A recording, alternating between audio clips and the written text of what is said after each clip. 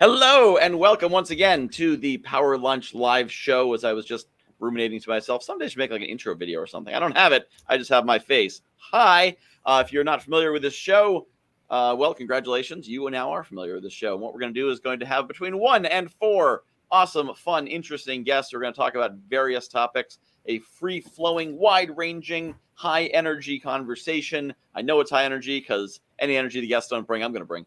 And I think we got some good high energy guests too. So each one has brought a topic they'll be talking about. We're just kind of flow it around and kick it around. And first, we're going to meet our guests, quick introductions, and then they're each going to introduce their topic, and we'll talk about it. So let's meet our guests. So first up, we have me talking about the thing I want to promote. Almost forgot about that. I always forget that.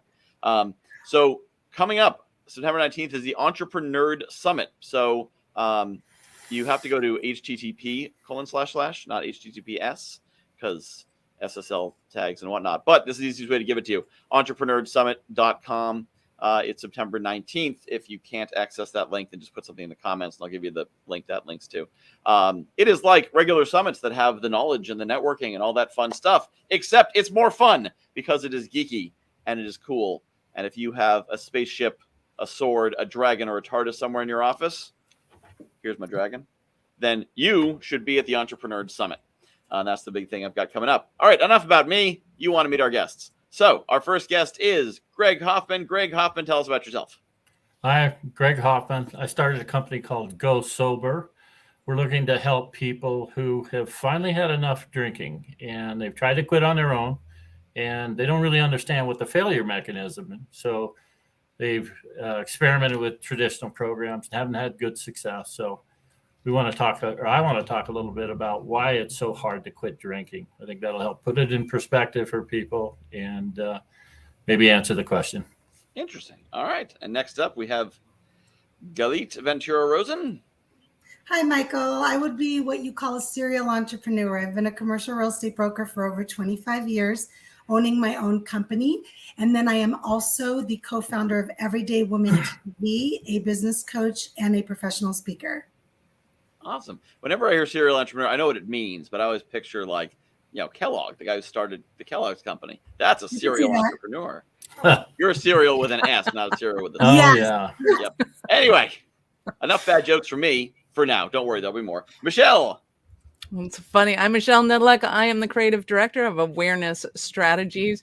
And I'm just going to throw this tagline in there just because it's going to be funny, is we follow around serial entrepreneurs, helping them to create 7 and 8 figure businesses. We do their tech done for them. And it just makes their life easier, makes our life easier. All right. And when you do all the tech stuff, does that include like copywriting and funnel building and all that? It can. Absolutely. Okay. Yep. Interesting. Maybe we should talk. Anyway. And we give you HTTPSs and make sure your SSL is up. Yes, yeah. It's a forwarder link is why it doesn't work. And we help you forward links and make pretty links too.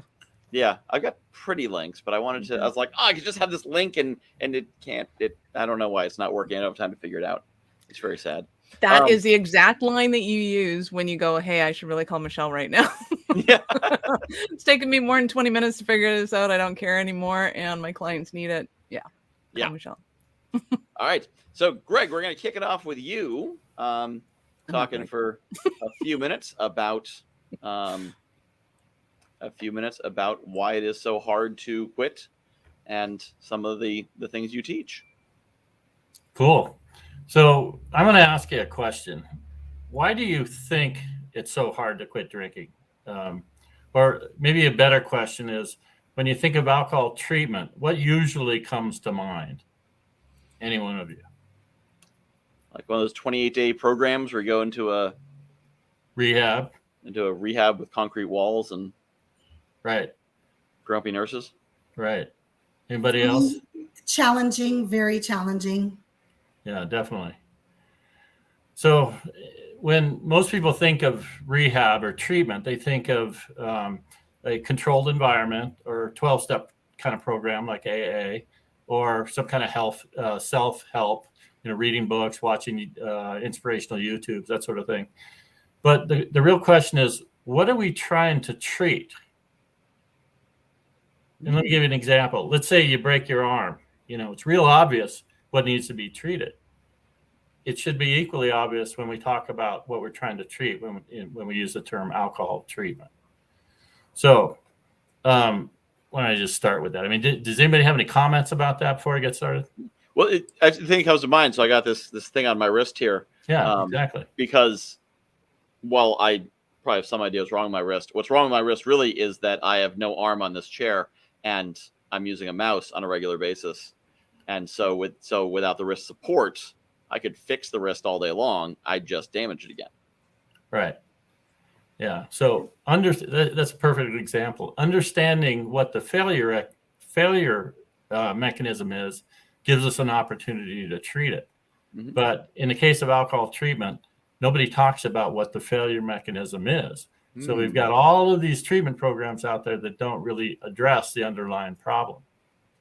So it turns out when people drink alcohol regularly over time, the alcohol starts to interfere with the brain's normal ability to produce what they call a reward response.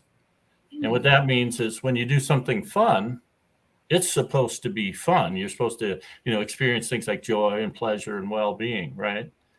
Those are examples of chemical reward production or a reward response. And what's supposed to happen that's going on in the brain are these neurotransmitters send signals to these reward receptors. And they're the key to this whole thing. It's just like your damaged wrist. They're the things that actually need to be treated. What they're supposed to do is respond to the neurotransmitter, and then they get busy. They go through this complex chemical sequence. It's called a chemical reward cascade. But the important thing is they end up producing things like dopamine and serotonin and glutamines and endorphins and cannabinoids, all the stuff that makes us feel good. But certain substances can interfere with that sequence. I'll bet you can figure out what those are, right? Drugs, alcohol, nicotine, sugar, and caffeine. But the drugs and the alcohol in particular produce this very large reward response, right? That's why we do it, because it makes us feel so much better. But it's an unnaturally large overproduction of things like dopamine.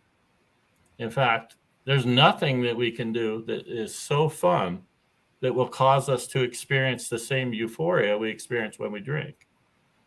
So it's an unnaturally large overproduction, and the brain tries to protect itself, and it does so back at those reward receptors.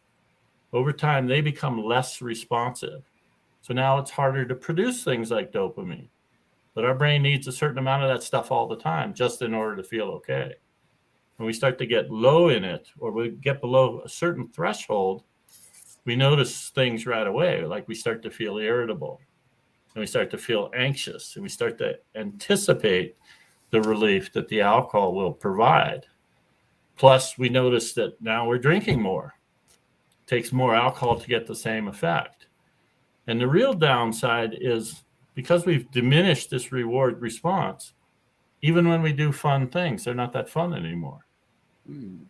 So this is coming up to the failure mechanism. What happens is once we get below a certain threshold, it turns on this autonomic cueing to replenish. Our brains are very good at getting what they need.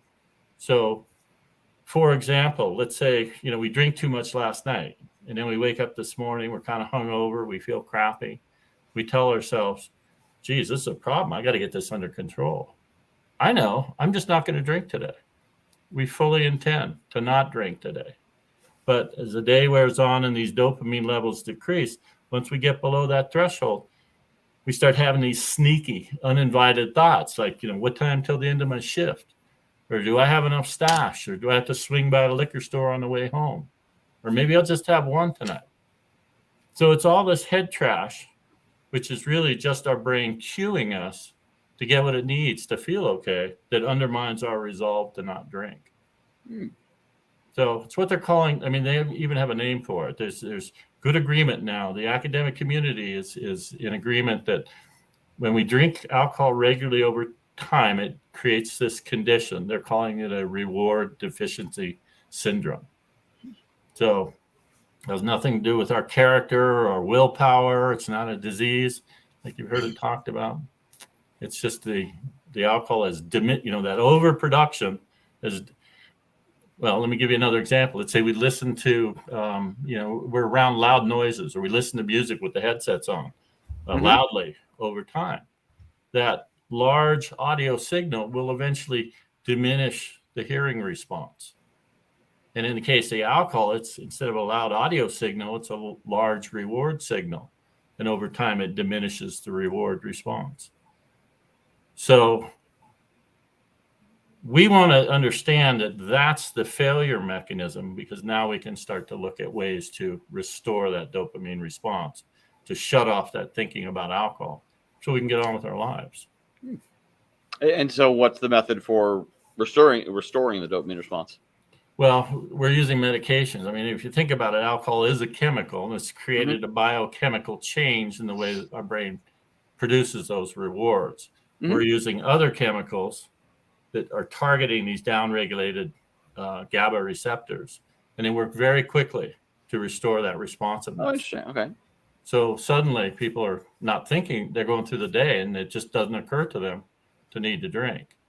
So at that point, the behavior science becomes real important. Once the mechanism is working well again, we need to do certain things to trigger it. So we're producing the inventory and we're staying above that threshold.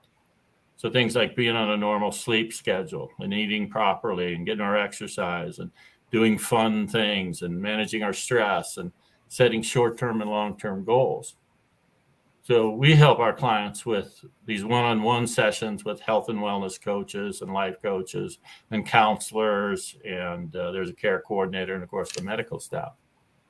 So it's really, in order to fix the problem, it's two things. It's the pharmacology to target that downregulated reward response, and it works very quickly to restore that. Plus, okay, I used to drink, now I don't. Now I do fun and interesting things. So we want to spend the energy working on becoming the best people we can be so that we're more available for our friends and family to do other things. Yeah. That's very interesting. Yeah, it's a really interesting way to think about it and focusing on what is the actual problem. Yeah. Addressing that specific problem. Michelle or Galit, any thoughts? Yeah. Any questions about that? I completely agree.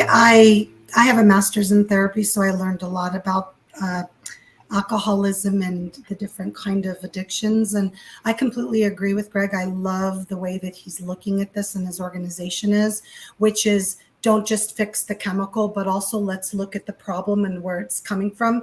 Because not everybody, some people almost have a genetic addiction, but I think that there is a place where a lot of times different organizations will only fix the chemical problem, but they won't look at what makes them drink or what makes them be addicts and go deeper. So I like the fact that he has life coaches and different kinds of mentors, and it's almost a program that's covering all the bases. So I think it's a great idea. Thank you. I think your observation is correct in that once you fix the underlying problem, the therapists, the counselors, the other service providers can really make a big impact. When we're going through that daily cycle and we go see our counselor, it's just hard to get traction because we're distracted with that. Geez, well, in fact, what people do is they go see the counselor, and maybe, you guys have great techniques for helping people change behaviors like cognitive behavior therapy and motivational interviewing. But the problem is maybe they're thinking about what their life's going to look like, or they're journaling after they quit drinking. And maybe they even get all excited. They think, well, geez, I'll sleep better. I'll have more energy. I'll get more done. I'll spend more time with my friends and family. They get excited about that. And then they leave the session and they tell themselves, I'm going to do all that stuff tomorrow, but what I need right now is to feel better. So it's just real hard to get traction until you treat the underlying problem. Then, you got a receptive individual, and these techniques can be very effective. I agree. But it's a sequence thing. Yeah. Well, and also as the what I see often is the difference between coaching and therapy, which is therapy is kind of like management strategies, and coaching is more change strategies. So the therapist helps you cope with the situation. The coach helps you get out of the situation, which you need both, because you usually can't get out of the situation in 10 minutes. Yes. So, and there's often a lot of mess to clean up as you're getting out of the situation, and yet you take with you. Sure. But you definitely need, you need that coaching side that gets you, actually makes the changes, gives you the tools to create that action. Yeah. You're absolutely right. We use, life coaches, health and wellness first, because there are several changes that happen when people stop drinking, like their desire for sugar goes way up. And we don't want people gaining a bunch of weight. So we need strategies around using nutrition and protein throughout the day to mitigate the desire for sugar. Plus, replacing one addiction with another too. Yeah, exactly. We have many of our clients who, smoke or use nicotine, tobacco products. And the studies are showing that if we're trying to quit drinking and we continue using the nicotine, our chances of returning to drinking go up by about 30%. So we need to know that, and we need to know, more importantly, what to do about that. So strategies again. And then, we happen to be in one of the states where the marijuana is legal. And people come to us say, it's just the alcohol that's a problem. The marijuana is not a problem. But the studies are showing that when the THC levels drop, anxiety goes up. Oh, yeah. And statistically, people will use the alcohol to mitigate the anxiety. So these are the kinds of things that we learn from our health and wellness people. And more importantly, what to do about them. They're responsible for the nutrition and the sleep and the exercise and so on. Then we have our clients working with counselors. And our counselors are a little bit different. I mean, they're all licensed professional counselors, but we're using them in the capacity to help people identify the stressors that are going on in their lives currently. This is some of that mess that you mentioned, Michael. What are the things that are going on? It's usually things like relationship issues or job stresses, or, it could be money or finances or health or whatever. But, the point is we don't want to just talk about those things. We want to take those things one at a time. We want to say, all right, with this particular issue, what's my desired outcome? And what are the steps I need to take to make sure that that's going to happen? Because now we can turn those into a set of what they call SMART goals with tentative start and end dates. And we can put a timeline on there. So we have a plan for dealing with that issue. And even having a plan tends to minimize the stress. So the counseling is really what we're calling outcome-based stressor management. And then that sets people up really nicely for working with a life coach, because suddenly they're not thinking about alcohol. They're feeling better. They're getting better sleep. They're working on their stressors. It's time to start figuring out, all right, who am I? What do I want? Where am I going with this? Where do I want to be in 3 years, kind of thing? Yeah. So we're looking at the wheel of life and trying to figure out, the significant areas of our lives where we want to make changes, like our career and our finances and significant others and friends and family and our fun and social and our health. And there's a whole bunch of them. Spirituality is big for a lot of people. But the idea is, which of these areas would I like to make some improvements in? And those are the areas that the client and the counselor spend time trying to get those ideas out of their head and into their reality. So this is totally different than these traditional models where you're doing hi, my name is Greg, I'm an alcoholic, and I'm stuck in recovery for the rest of my life. In fact, go ahead, I'm sorry. What I find interesting is the parallels between this and like business coaching and the coaching to turn someone into an entrepreneur, because fundamentally it's changing identity, changing who you are. Exactly. And, making a permanent change. When someone becomes an entrepreneur effectively, they don't later be like, I think I'll go back to corporate job. Like, they're an entrepreneur now. They're no longer a worker. They can't go back. And likewise, I imagine if you do what you do well, they go from being an alcoholic to a not alcoholic. They're not going to go back. They've changed who they are fundamentally. And it's interesting to see the parallels of, I imagine it's probably a lot of the same concepts, because identity shift is identity shift. So, a lot of parallel.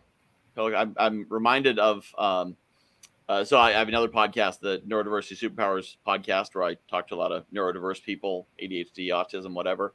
And a lot of the strategies that are their coping strategies, to offset their challenges, are also really effective strategies for neurotypical people. Because, I have ADHD, my memory is terrible, so I use strategies to offset that. If your memory is good and use the same strategies, you're even better. And so seems like the same sort of thing where like someone trying to move from not having a business or a mediocre business to a great business might use some of the same strategies as trying to move from being kind of below par because they're struggling with addiction to above par of finding success. Yeah. I think a lot of what I hear with Greg is you take this addiction really is the center of your life, and it becomes pretty much what you think about almost all the time. Yeah. And then you give them purpose and you give them a different direction. So basically it's transitioning them from something that is unhealthy to maybe spending their time focusing on something that is healthy. So you can, I don't want to use the word replace, but it almost is as if you are replacing one thing with something that is a good idea. So when you ask somebody that has an addiction and tune them with this team that helps them, it seems to me that now you can say, well, what do you want from life? Because they've probably never thought about it because they go through each day waking up, trying not to drink. Because a lot of people do try not to drink. They can't stop. That's a problem. So I love the But now they can understand why that is. Yes. And once they address that, any one of us can do something remarkable. Yes. And, to Michael's point, we have to give ourselves permission. A lot of us don't really spend time thinking about what that is or what are we passionate about. But now, once this monkey's off our back, I think, geez, I could benefit from half the stuff that our professional service providers are providing to our clients. For sure. So the focus is really, off of the alcohol, and it's on where we're going. So we're trying to get rid of that stigma and move forward. It's nearly impossible to move away from something. You can only move towards something. So you can't become not an addict. You have to become a sober person. I used to drink. Now I don't. Now I do fun and interesting things. Yeah. When I teach driving, one of the concepts is if you want, you look at the thing you want to hit. So if your car's skidding and there's a guardrail and you're thinking, oh, I don't want to hit this guardrail. And your eyes are going to lock onto the guardrail and you think, I don't want to hit this guardrail. I don't want to hit this guardrail. And all your subconscious hears is hit the guardrail, hit the guardrail. Whereas if you want to not hit the guardrail, this is, by the way, is good driving advice for all of you. Should you ever encounter snow? I don't know if you probably don't get it in Las Vegas as much as Calgary, but if you're skidding, you look at the road and you say, stay on the road, then your subconscious says road and will accommodate. The same thing. You can't be like, I'm not going to drink today. I'm not going to drink today. Exactly. Right. The brain just hears, gonna drink today. Gonna drink today. It's focusing on what you want versus what you don't want. It's a mindset thing. And you're absolutely right. And when you set up the tools for success and someone actually commits to the tools or to the things that organization like Greg's is providing, because they have to commit to it. It's a lot of work. Then you focus on the things you want versus the things you don't. That's the rail. Yeah. When I was going through this myself, I did the typical things. I went to, more AA meetings than I could care to recall. And, one of these expensive rehabs. And in the case of rehab, I was drinking the day I got out. And in these AA meetings, you hear, you go there and you hear lots of people talking about bad things that happen to them as a result of their drinking. But the problem is you leave the meeting, and if you're like me, you think, geez, that was really depressing. Makes me feel like I want to drink. So we're trying to, cut or sever that, or, that tether to that culture of alcohol and focus on where we want to go. And now, now I know more about manifestation, how that works. It occurs to me that going to an AA meeting is a great way to manifest yourself to drink. Yeah. Because the more, manifestation is identifying what the emotional, energetic state is that you want to achieve, and then shifting yourself into that state so the universe follows. Well, if you spend an hour listening to people talk about how terrible it is to drink and how drinking destroyed their life, they're going to pull you into their stories, and you're going to be in a manifesting state to destructive drinking, which does not seem like an effective strategy. No. So speaking of manifesting effective things, I'm going to pivot that. Good pivot, right, Michelle? We're going to talk about 7 to 8 figure speakers. Yay! I get really good at figuring out pivots of the show. So, Awesome. So yeah, we are having a ton of fun with 7 to 8 figures. It's a special episodes of our podcast for speakers who have earned more than $1 million in 12 months or less. And we pick their brain as to how they did it, why they did it, when they did it, where they did it, all that fun stuff, what they would do differently, what they would have done faster, how they built that business. And the reason I'm doing that is because I believe it's hugely important for people to be able to build their speaking skills, especially right now while everything's online. I think it's a great opportunity for somebody to feel comfortable in their own home and yet dynamic on a camera and be able to get to their information out to the world. As we've been talking about today, it's super important that people have a place to go where they can find the information that they're looking for, knowing that there are opportunities out there, there are solutions out there, and our collective ability to become better speakers, more dynamic, interesting, engaging, impactful, allows the people that need us to get the help that they need. And, tide rises all boats. So it just works really well. And I think most people have that $1 million as their milestone. And even if the message from the speaker is, if I could do it all over again, I wouldn't have. It's like, great. What would you have done? And why would you do it that way? And some people just want a laptop lifestyle and they want to be able to go out and travel and write off their stuff. And that's awesome. But to your point, figuring out what it is that you want to have and how that lifestyle is going to look, and then setting the plan in place to be able to go and make it happen. We want to give you all the resources that you can get in order to be able to do that. So is 7 to 8 its own show, or is it part of one of your existing shows? It is special episodes to the Business Ownership Podcast. Okay, which of course people can find at the link I was just showing. There it is, awarenessstrategies.com, which does have 3 S's in the middle of it. Yes, if you're it trying does. to type that. So secrets learned from savvy business owners: don't put 3 S's in the middle of your website. That's okay. It's in the show notes too. So Awesome. If you can't figure out how to type it, I believe that link should be in the show notes on whatever platform you at home There are you go. watching this on. So have you already done some interviews in that series? We have, and they're super fun. So yes, we've interviewed Jay Facette, Jane M. Powers, and oh no, all of a sudden names start popping out of my head. But it's been fabulous and entertaining. And yeah, there's some great interviews there, and looking forward to a whole lot more. I feel like Jane M. Powers hit 7 figures on a stage in far less than 12 months. I'm thinking she did it in a weekend, actually. I was wondering, has she done it on one stage before? Yes, she has. Yep, she did it in one weekend. Yep. Yeah, her name is well suited to her. Right? You got a name like Powers, you can't be weak. Right. And my brain is going all funked because I had Steve Siebold is also on the show. Okay. And for those of you in the speaking world, Steve is an awesome and epic name in the world. He's been great. So what are some of the things you have learned from the 7 to 8 figure speakers that the rest of us can learn from? Well, I'm not sure what kind of lingo I can use on this, but basically the more, I'm just going to say, the more ballsy you are, the better off it is.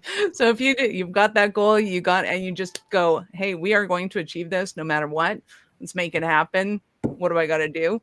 That has been the preeminent thought throughout all of them was, I have an idea, I'm going after it, and I'm going to make it happen. It's going to happen no matter what. So get out of my way or get, behind me, but, get off my path. I just when the moment you said ballsy, I'm watching the live viewership and that number doubled. it went from 3 to 5, but still it doubled as soon as you said ballsy. So I guess that's you're just kind of putting that energy out there. Yeah, exactly. I completely agree with you, Michelle. Coming from a world where I just started, I'm going to be a speaker. And 5 years ago, I started getting paid and traveling all over doing it. And people are constantly asking me, well, how did you do that? Did you have any training? Nope. I've never done any speaking training. I've never done anything. I just ran it like I do my businesses. I said, this is a business. And of course, mine stems from passion and purpose. But I wanted to speak. I wanted to make a difference. I went out there and started doing what I would do with my other businesses, which is lead generation. And then the next thing you know, I'm actually speaking in Canada in March. And I'm always speaking somewhere. Don't make me say the city, Michael. Saskatchewan. No, that's not a city. That's the That state. counts? That's the I'm province. speaking That's the state. Saskatoon? Saskatoon. Saskatoon. Thank you. No, say 5 times really fast. Saskatoon, No, Saskatchewan. not happening. I'm speaking in Saskatoon. So I don't know a lot about that area. I've spoken in Montreal and Vancouver, but I've never spoken there. So it's kind of exciting for the women's it's called. They've got some awesome music. Just saying. Yeah. Everyone says that they're really not. Anyways, back to what you were saying. I think Michelle's absolutely right.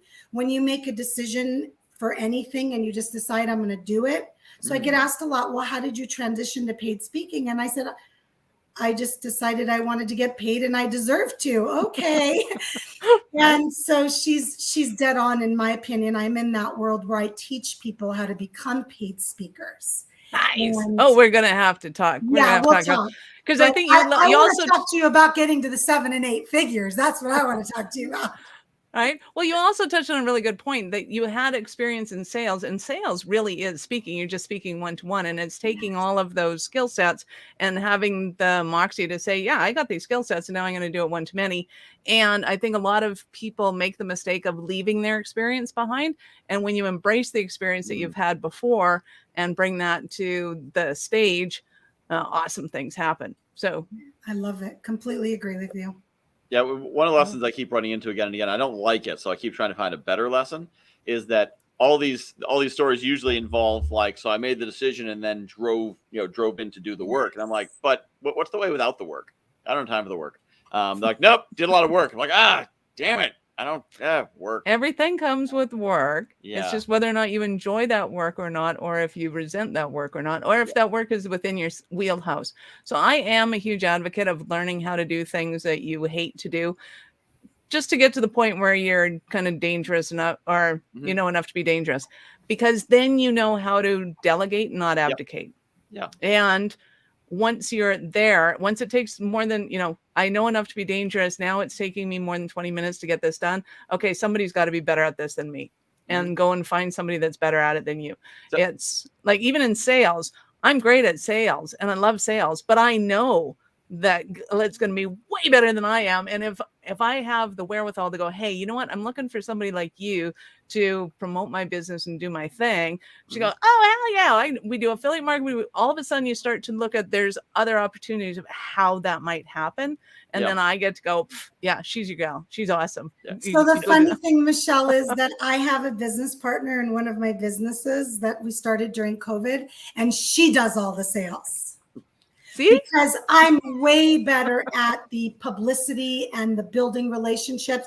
So even if you're good at it, it doesn't mean you should be doing it. Yep. She'll close 2 to 3 times more than I will. I said, you do that, I'll run the teams. Yeah. So Michelle, I think it's funny you said the delegate, not abdicate, because I am ducking out of Penelope Jane Smith's Financial Freedom 101 event is this weekend, and she was talking about that in terms of financial advisors. Because a lot of people, they don't know enough about finance, investing, wealth building. And so most people abdicate to their financial advisors. And, some people never find out, or they find out when they don't have any money at retirement. And their financial advisor is like, well, you didn't put enough in. What can you do? Or they find out when they meet someone like Penelope who teaches them more. They're like, oh, my goodness, they've been doing what to me? But they didn't know, so they abdicated, and that can be very, if you don't understand what the people you're hiring to do things for are doing, even if you don't know how to do it, you still need to know what they're doing. And you must have seen this a ton in real estate. There's commercial real estate is a little bit different than residential, because we really deal with large companies and corporations. And I've been doing this so long that my clients are spending multi-million-dollar properties, 10, 20, 50. So residential, I think you'll see it a lot more. In my field, you really need to know what you're doing. You can't just wake up tomorrow and say, I'm going to get my license, which by the way is very easy to do in most states, and I'm going to just start selling real estate. Now, commercial real estate. Now you can, but you probably won't know what you're doing in comparison to residential, where tomorrow, Michelle, you could wake up, get your license and start selling homes and probably make money within a few months. You really can. Well, and it's a lot easier to abdicate to a real estate agent for a $500,000, $1 million deal than it is for a $200 million deal. Exactly. Like, no, you really don't want to be abdicating a $200 million deal. It's not a good idea. I think it's in marketing a lot too. People who they don't understand social media, they don't understand. And so someone has some whiz bang thing and they're like, okay, yeah, sure. Do that for me.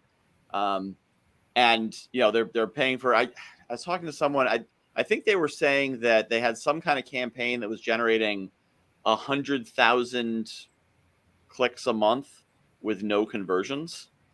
It was either clicks or impressions, but it was some really high number that if they were getting 0.01%, they were getting something, but they were getting 0. And they've been doing it for months because they're like, well, it takes time for it to build up. And you're like, and I think we were in some kind of group call and they're like, well, we got them. It takes time for it to build up. And just every head on the call going, but they didn't know. They didn't know how that system worked. And the snake oil salesman who was selling them the marketing was like, well, you just kind of got to give it time and see what happens. And what they meant was you got to give me time to learn how to do my job. So our world has become very complicated. It's totally different than the marketing and sales that I learned when I was just starting out in the real world. Mm-hmm. You have to be an expert on lots of these things. Yeah. But what I found is a lot of these things you don't necessarily need to be an expert in. People telling you should be an expert because they're selling it. Facebook ad sales people will tell you that you got to be on Facebook because they sell on Facebook. If you're not on Facebook, you're not a customer. I avoided, I don't do any paid ads because I don't know how they work. I don't have a funnel because I don't know how they work. I don't, all this stuff. I don't know how it worked. I couldn't afford to hire someone to do it. What I do know how to do is network 1-to-1. So I just did that at scale and did a lot of it. And that's also when I realized I can't teach people to network. I mean, I can, but to network like I do, you spend 25 hours a week networking. So that probably doesn't scale for most people. So my solution was then to network like I do, you hire me and I do it for you. And then I connect you to the people I meet, Well, and even then you don't want to be abdicating because you want to at least know how bad you suck at networking. It's like, okay, I know that I did this and it didn't work and I was doing it here, there, and everywhere. And when you come in and you go, okay, well, the reason that didn't work for you is because the people in those groups weren't influencers they weren't solving the same problem. They weren't dealing with the thing. And all of a sudden you're giving them insight as to why the thing they didn't work. Yeah. They're like, oh, okay. So now when you come to them and say, hey, I need to know how you solve your problems. I need to know who your ideal clients are.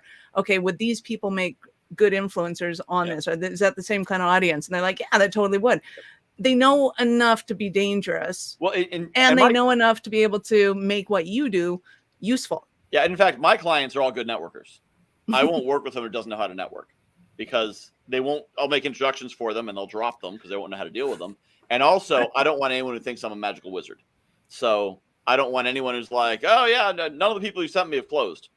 Now, first off, I mostly do partners, not prospects. But if they're like, yeah, I haven't done anything with any of them. Well, okay, I sent you good people. So that's lead a horse to water. So I only work with people who get it, understand what it is, and are like, oh yeah, I totally get it. I just don't want to take the time to do it. I know how much time it takes. And so you take the time and just give me the people I want. The people, if I spent 20 hours a week, send me the people that would give me that I want to meet, and I'll just meet them. So yeah, it's totally a delegation, not abdication. So I only work with people who aren't abdicating because I don't want them. I'm not going to take them across the finish line. I'm going to hand them the baton. They're going to run the rest. That's why we tend to like to work with serial entrepreneurs too, because they've done it, been there, bought the T-shirt, went, this sucks, I hate doing this. Hey, you're good at it. Awesome. It's also the way you get more successful and I mean, really, that's the key. If you're trying to do everything yourself, you can only do so much in a day, especially if you don't want to work like Michael. Exactly. Yeah. Well, and I don't actually work a ridiculous amount. It's just the thing I do is networking. Of course, of course. Yeah, people ask me, they're like, so how'd you get to be a professional networker? I say, because I'm not good at anything else. There you go. I know plenty of people who are as good at networking as I am, but they are better at brand building or automation or writing or coaching or whatever than they are at networking. So they monetize that, and then they network because they're a good, giving, abundant person, and their networking people reciprocate by sending them clients. I didn't have that. So all I had was the networking, and I said, how do I make this a business? And then discovered, oh, there is a niche here. And yeah, I went into entrepreneurship completely backwards. The pandemic hit, and I was like, all right, I'm going to stop. All that crap's not working. So I'm going to not be that. So kind of the opposite of what we're saying about like, pick the target and go towards it. My target was, I'm going to do my thing. I don't know what my thing is, but I'm going to find it and I'm going to do it because other people's thing isn't working. So if I'm going to be broke and struggling, I might as well be broke and struggling being me. I like it. Being broke and struggling chasing someone else's dream, and it took about 18 months, and I found it. And the great thing is today there's so many bridge activities. So in 1985, I couldn't have been an Uber driver to pay the bills in between. Right. In 2021, I could pay my bills driving Uber, so that I didn't have to worry about how am I going to keep the lights on while I wander in the wilderness looking for this elusive, calling. I could just be an Uber driver. And I actually had a moment at one. So I was like, if this is all I do some podcasts, I help some people, I coach people here and there, friends or whatever, and I drive Uber, and this is my life. Not too bad. I like meeting people. I like driving. So Uber's a pretty cool job for $30 an hour. And so I kind of settled into it and got comfortable with the exploration, which gets to that, like, you have to like what you're doing. I got to the place where I was comfortable in the middle space. And I was comfortable cruising there, exploring. Now, obviously, I wanted to get to the next place where I wasn't working as hard and everything was aligned. But I wasn't trying, because I think that's where a lot of people get in trouble in business, is they're trying to rush. So I need to make more money. Oh, I'll take this client's not perfect, but he'll pay, so let's bring him in. And that's where the headaches come in. Is like that sale you shouldn't have made, the client you shouldn't have taken, the work you shouldn't be doing. And some people, their entire career follows that path. Well, I found some good money in financial advising, so I got in there, but I hate numbers and I hate finance and I hate the stock market. But, it pays pretty well. So I guess I'll do it.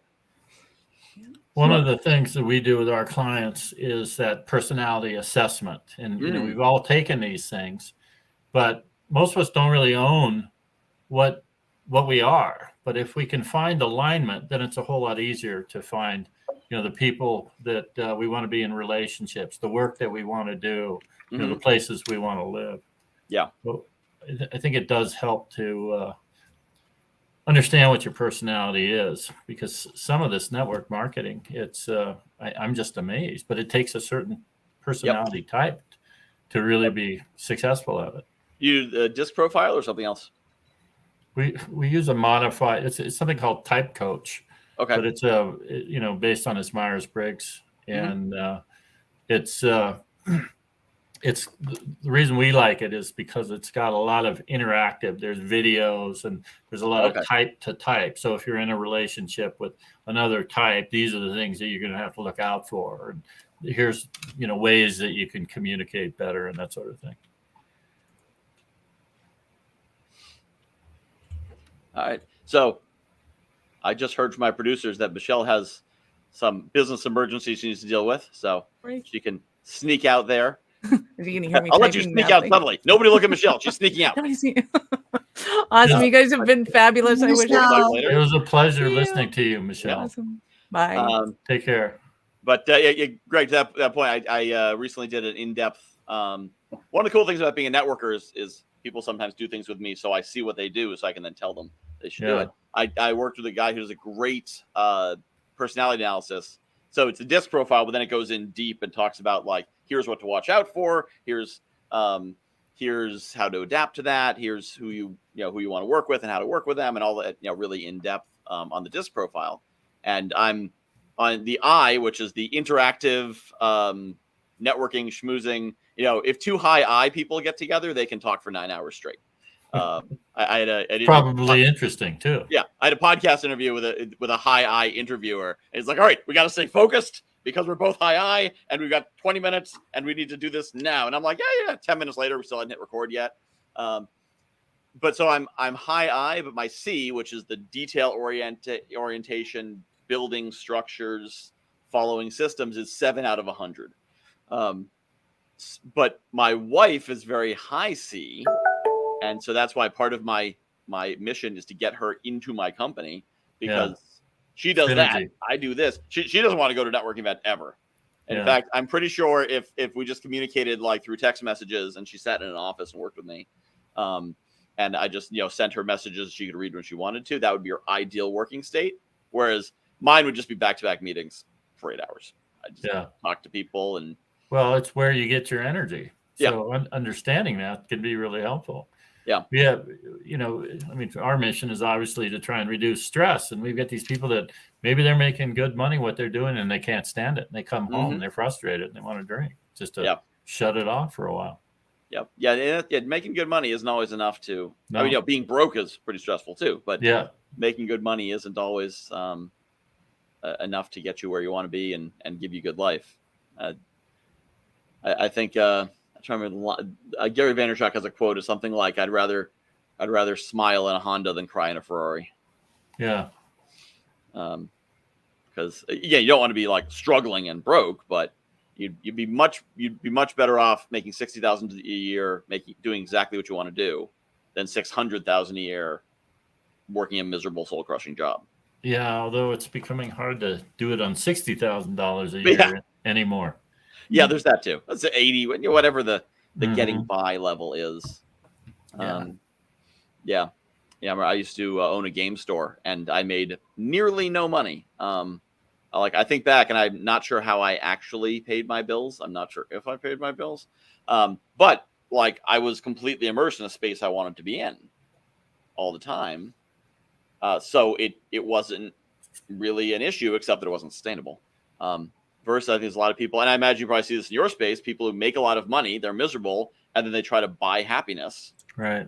Either through, trips or stuff or chemicals, because they're not happy, so they have this huge hole to backfill.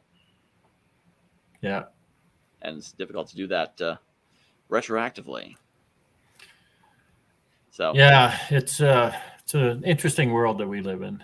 And there's just so many, the more I start looking into it, there's just all these kinds of things that we could do to promote our business that we're not doing. And I'm kind of excited to follow some of the connections that you're sending my way. They look really interesting. That's what I do. I'm like a connection fountain. And Galit, there's a few minutes left. What is, tell us a little bit about Everyday Woman TV. We started a TV network for women by women during COVID. And basically we are on 19 platforms. So if you went on your TV right now where you would download HBO or Netflix, you could download Everyday Woman TV. And there just isn't a place for women entrepreneurs to promote themselves. And we all know when you're being interviewed on something like this, or you have your own show or your podcast, people look at you as an authority and as an expert. And it's a great way to attract your ideal clients. So we're making it available to the everyday woman. And we have people on there from coaching to health navigators to lawyers to finance to anything you can think of that are really just putting on a show. If it's interviewing people like this, Michael, or doing just a show where they're talking about an area of expertise. And basically we've just made it very affordable for women to be able to have their own show on our network where they basically just hand over the show. We do all the marketing and we do everything for them. That's great. Yeah. And we've kind of touched on the two sides of a similar coin. The modern world is so complicated. There's so many different things, but it's also in some ways so easy to do things that still have a lot of prestige. Yes. Especially because so many people say, "Oh, I dream about being having my own talk show or being on the Oprah network or whatever it is." Well, it's really difficult to get that opportunity. Yeah. It's not easy. And what we did is we set up a platform for women where it is easy. We interview them. We make sure that we just stay away from religion and politics. And we ask that you come up and show up as yourself, do something very professional. And we're really excited. We just launched in November and we have 25 shows already with 25 different women. I have my own show as well. And our goal is to make it a household name. We're really, really excited about it.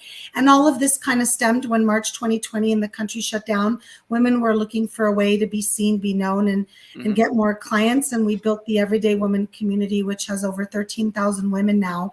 It's a Facebook group. And we do a lot of neat things. And the best part is it's women from all over the world. You can join virtually from anywhere. Oh, nice. Yeah. Yeah, that's a long way from commercial real estate.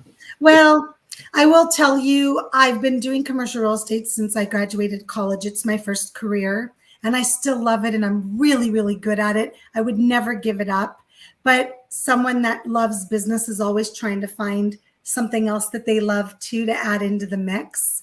And this became a passion project when we saw what was happening to so many women entrepreneurs trying to figure out how to support their families, how to really just bring home money, but still do what they love, maybe even work from home and stay home with the kids or whatever it might have been, especially at that time. And that's how all of this kind of got developed.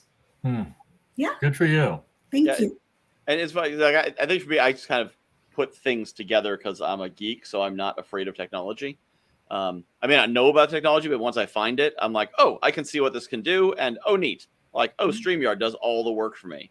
Like, this show runs on Google Forms and StreamYard, and I literally spend, not counting the time to meet the guests, which I already do because I'm networking 20-something hours a week, not counting that, the outside activity when I'm off the air is something like 8 minutes a week. So it's been very streamlined, but that's because I naturally, understand these kinds of things and I'm comfortable with them. And then I realized most people aren't. Exactly. And also, we're not reaching tens of thousands of people. It's a lot of the best connections happen in this room, people on the screen meeting each other. I sometimes say it's a 5-way 1-to-1, and some great connections get made, right here on the screen. And then other people get to watch it and connect, and we get to see some, make connections that way. But, if you want to take it to the next level, I actually wouldn't know how to market it to get 1,000 viewers. I would hire someone to do that. And so for the businesses that are at that point where they're ready to invest in something like that, your platform sounds fantastic to get there. And it's almost the point now where if you want to be in business as a knowledge provider, expert, whatever you want to call it, like, there's no reason not to have a book. There's no reason not to have a show. There's no reason not to have a podcast. They're not expensive. They're not difficult. And you don't need 500 million viewers. You need 500 viewers. Yeah. Because your business, if it's structured properly, you might be very successful with 10 or 15 clients. Exactly. So if you have 150 viewers and 1% of them become clients, there you are. You got your community. It doesn't take that much to be quite successful. Agreed. So I thought the business technology solutions seminar that you put on was really great. It was an opportunity to see lots of these different technology solutions in one place in 1 hour. So that was really helpful. Yeah. Again, that was just, I'm always looking for ways to be not lazy, more efficient. There's not enough hours in the week. And I can't work 12 hours a day. I've got an 8-year-old daughter and a wife and other obligations. So I need to figure out, like, how can I stack these things? So I kept finding these things. I'm like, I'd like to promote you, but I don't have a 50,000 person email list. I don't have a huge platform. So what else could I do? Oh, and my epiphany was people watch the Home Shopping Network on purpose. It's not like they turn on the TV and it turns on by itself. Like, they actually go, I want to watch the Home Shopping Network. I want to buy this stuff. I want to watch an infomercial. Why do they do that? Because people like to buy solutions. Right. So I'm like, let's put the solutions in one place and see what happens. So agreed. Absolutely. Pretty well. And at the end of the day, if people don't know who you are, you're not going to have clients. Yep. So the networking that you do, I'm a big networker too, Michael. Mm-hmm. And building relationships has been the key to my success, because people want to know that you care and they want to connect with you. Yep. Even though we're in a virtual world, if, in my opinion, it's only made it easier to connect with people. So I'm now connecting with people from all over the world, meeting with women every week virtually through Zoom from all over the world, when I never had that opportunity. Us three come from a world where there were no computers at one time. There was no Zoom and there was no way to social media. So we have a lot of experience with the brick and mortar marketing. And then if you add on the technology, it's just, I personally think it's made it way easier. I've tripled my income. So yeah, I'd say it works pretty well. I love it.